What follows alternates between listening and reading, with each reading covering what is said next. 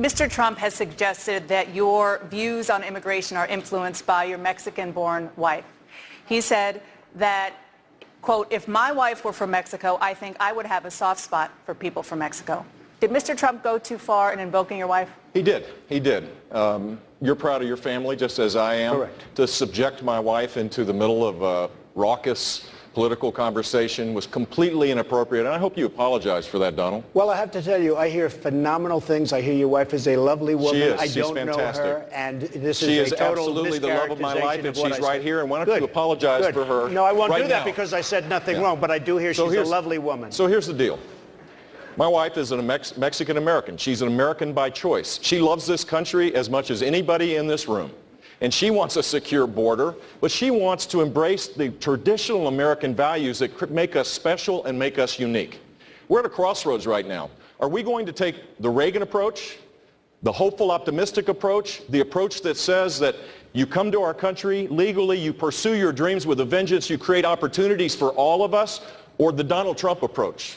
The approach that says that everything is bad, that everything's coming to an end. Mr. Trump, I'm on the Reagan side of this. That they come into our country as an act of love.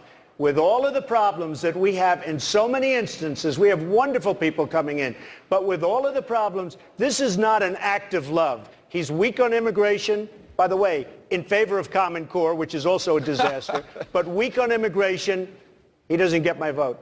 Dana, with all due respect to Mr. Trump, immigration did not come up in 2016 because Mr. Trump brought it up.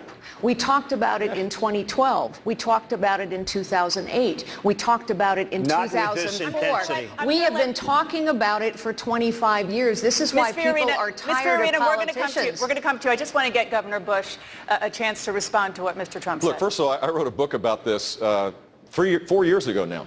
And I laid out a comprehensive conservative approach for immigration reform. And it does require securing the border. No one disagrees with that. But to build a wall and to deport people 500,000 a month would cost hundreds of billions of dollars, Donald. Hundreds of billions of dollars. It would destroy community life. It would tear families apart. And it would send a signal to the rest of the world that the United States values that are so important for our long-term success no longer matter in this country. As I said, we are spending $200 billion.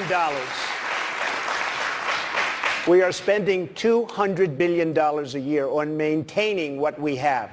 We will move them out. The great ones will come back. The good ones will come back. They'll be expedited. They'll be back. They'll come back legally.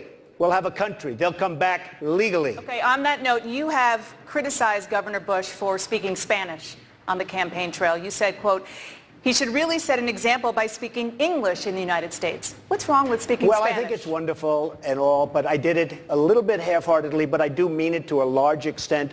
We have a country where to assimilate, you have to speak English. And I think that where he was and the way it came out didn't sound right to me.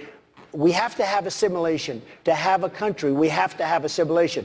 I'm not the first one to say this, Dana. We've had many people over the years, for many, many years, saying the same thing. This is a country where we speak English, not Spanish. Well, I've been speaking English here tonight, and I'll keep speaking English, but the simple fact is if a high school kid asked me a question in Spanish, a school, by the way, a voucher program that was created under my watch, the largest voucher program in the country, where kids can go to a Christian school, and they ask me a question in Spanish, I'm going to show respect and answer that question in Spanish, even though they do speak English, and even though they embrace American values. This was a reporter, not a high school kid, by the way.